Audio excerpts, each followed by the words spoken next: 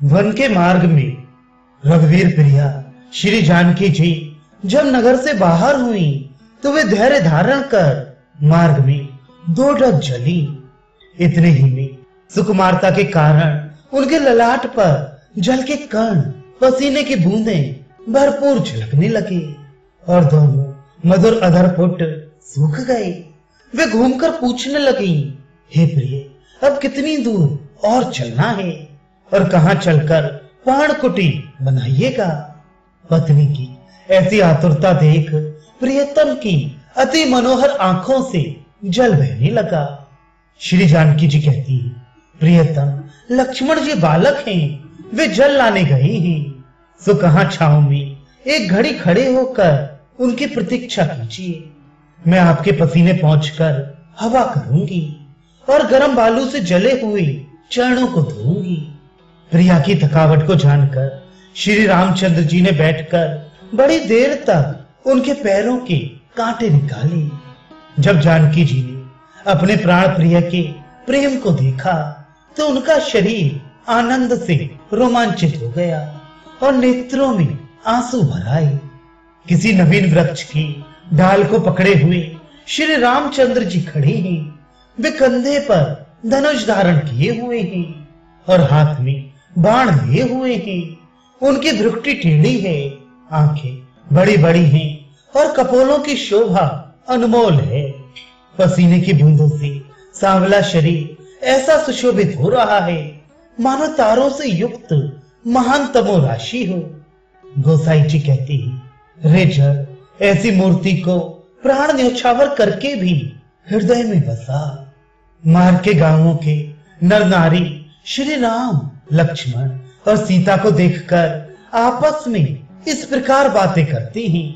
इनके नेत्र कमल के समान हैं तथा मुख भी कमल के ही सदृश है। इनके सिर पर जटाएं हैं और प्रशस्त अंगों में यौवन की उमंग झलक रही है। सांवरे श्री रामचंद्र और गोरे लक्ष्मण जी के मध्य में बिजली के समान आभा वाली एक रमणी सुशोभित है। ये तीनों मुनियों के वस्त्र धारण किए हैं और इनके हृदय में फूलों की मालाएं हैं। हाथों में धनुष बाण लिए और कमर में तरकस कसे ये किसी राजा के अत्यंत ही अनुपम कुमार हैं। गोसाई जी कहती है कि त्रिलोकी के इन 3 तिलकों को देखकर वे नर नारी ऐसे स्तब्ध रह गई मानो चित्रशाला के चित्र हो। आगे आगे सांवरे और पीछे पीछे गोरे राजकुमार सुंदर मुनि वेश धारण किए सुशोभित हैं, जिन्हें देखकर कामदेव भी लज्जित होता है। वे धनुष बाण लिए हैं और वन के वस्त्र धारण किए हैं। कमर में भी वन के ही वस्त्र अच्छी तरह कसे हुए हैं और सुंदर तरकस भी सुशोभित हैं। साथ में समुद्र सुता लक्ष्मी के समान एक चंद्रमुखी है। गोसाई जी कहती है, वे तीनों देखने से मन को संग लगा लेते हैं। उनके मन में आनंद की उमंग है, शरीर में यौवन की उमंग है और रूप की उमंग अंग अंग में उमंग रही है। उनका सुंदर मुख है, कमल के समान सुहावने नेत्र हैं और मस्तक पर जटाओं के मुकुट हैं, जिनमें सुंदर फूल खोसे हुए हैं। कंधों पर धनुष, हाथों में सुंदर बाण, कमर में तरकस और वस्त्रों की शोभा को लूटने वाले मुनि वस्त्र सुशोभित हैं।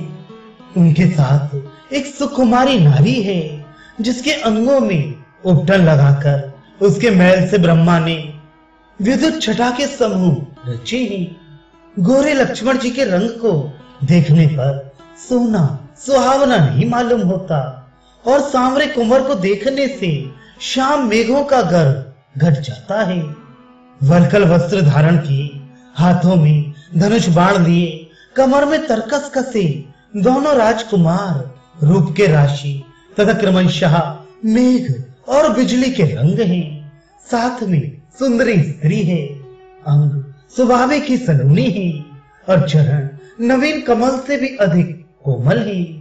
लक्ष्मण जी मानो दूसरे बसंत, सीता जी दूसरी रति और श्री राम दूसरे कामदेव हैं। उनकी मूर्तियां अवलोकन करने से तन मन को हरने वाली हैं। ऐसा जान पड़ता है मानो ये तीनों बसंत, रति और काम सुंदर तपस्वियों का वेश बनाए पथिक रूप से मार्ग में लोगों के नेत्रों को सफल करने चली हैं। एक ग्रामीण स्त्री अन्य स्त्रियों से कहती है, अरे सखी, सांवरे और गोरे कुंवर के बीच में एक स्त्री विराजमान है। उसे तनिक मेरे समान होकर देखो। वह बड़ी कोमल है, मार्ग में चलने योग्य नहीं है, कैसे चलेगी? फिर इसके कोमल चरण कमलों का स्पर्श करके तो पृथ्वी भी सक जाती है। गोसाई जी कहते हैं कि उसकी बातें सुनकर सब ग्राम की स्त्रियां थकित हो गईं। उनके शरीर पुलकित हो गए और नेत्रों से जल बहने लगा। सब कहने लगी कि ये दोनों राजकुमार सब प्रकार मनोहर, मोह लेने वाले और अनुपम सुंदर हैं। ये श्याम और गौरवर्ण बालक स्वभाव से ही सुंदर हैं। इन्होंने मनोहरता में कामदेव को भी जीत लिया है। ये धनुष बाण लिए और तरकस कसे हुए हैं। इनके सिर पर जटाएं सुशोभित है और इन्होंने मुनियों का सा वेश बना रखा है। साथ में चंद्रवदनी स्त्री को लिए हैं, जिसने रति को अपना थोड़ा सा रूप दे रखा है। इन्हें देखकर हृदय सकुचाता है कि इनके पैरों में जूते भी नहीं है। ये पैदल कैसे चलेंगे? मैंने जान लिया कि रानी महामूर्ख है। उसका हृदय वज्र और पत्थर से भी कठोर है। राजा को भी कर्तव्य अकर्तव्य का ज्ञान नहीं रहा। जिन्होंने स्त्री के कहे हुए पर कान दिया। अरे, इनकी मूर्ति ऐसी मनोहारिणी है, भला इन लोगों का वियोग होने पर इनके प्रिय लोग कैसे जीते होंगे? हे सखी, ये तो आंखों में रखने योग्य हैं। इन्हें वनवास क्यों दिया गया? तुलसीदास जी कहते हैं, श्री सीता जी से गांव की स्त्रियां पूछती हैं, जिनके सिर पर जटाएं हैं, वक्षस्थल और भुजाएं विशाल है, नेत्र अरुण वर्ण है, भौएं तिरछी है, जो धनुष बाण और तरकस धारण किए वन के मार्ग में बड़े भले जान पड़ते हैं और स्वभाव से ही आदर पूर्वक बार बार तुम्हारी ओर देखकर जो हमारा मन मोह लेते हैं। बताओ तो वे सांवले से कुंवर आपके कौन होते हैं? गांव की स्त्रियों के अमृत से सने हुए सुंदर वचनों को सुनकर जानकी जी जान गई कि ये सब बड़ी चतुरा है। अतः नेत्रों को तिरछा कर उन्हें सहन से ही कुछ समझा बुझाकर मुस्कुरा कर चल दी। गोसाई जी कहते हैं कि उस समय लोचन के लाभ रूप श्री रामचंद्र जी को देखती हुई वे सब सखियां ऐसी सुशोभित हो रही हैं, मानो सूर्य के उदय से प्रेम रूपी तालाब में कमलों की मनोहर कलियां खिल गई हैं।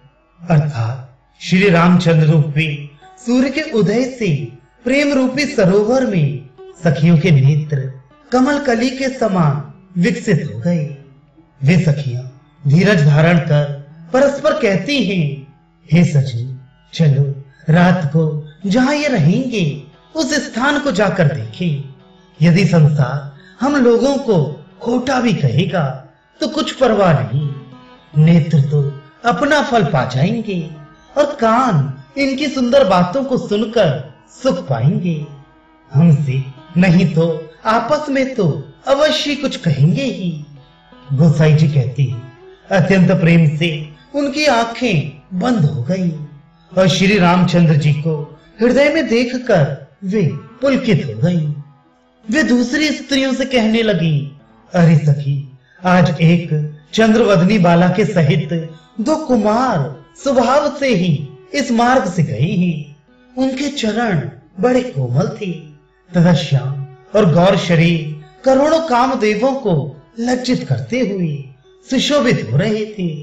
उनके हाथ में धनुष बाण थे, सिर पर जटाएं थीं तथा कमल के समान अरुण वर्ण नेत्र बड़े ही शोभायमान थे। जिन्होंने उन्हें सद्भाव से भी देख लिया, वे फिर उनकी ओर से अपने मन को लौटा नहीं सके।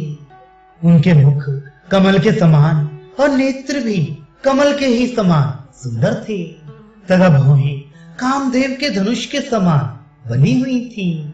उनकी अति सुंदर और सुकुमार श्याम गौर शरीर थी, किशोर अवस्था थी एवं सिर पर जटाएं सुशोभित थी तथा वे कमर में तरकस कसे और धनुष बाण लिए थे। जिस समय से अचानक ही उनकी तिरछी निगाह मुझ पर पड़ी है, अरे सखी तुझसे किस प्रकार कहूं, वे दोनों मृदुल मूर्तियां मेरे मन में बसकर मोहित कर रही हैं।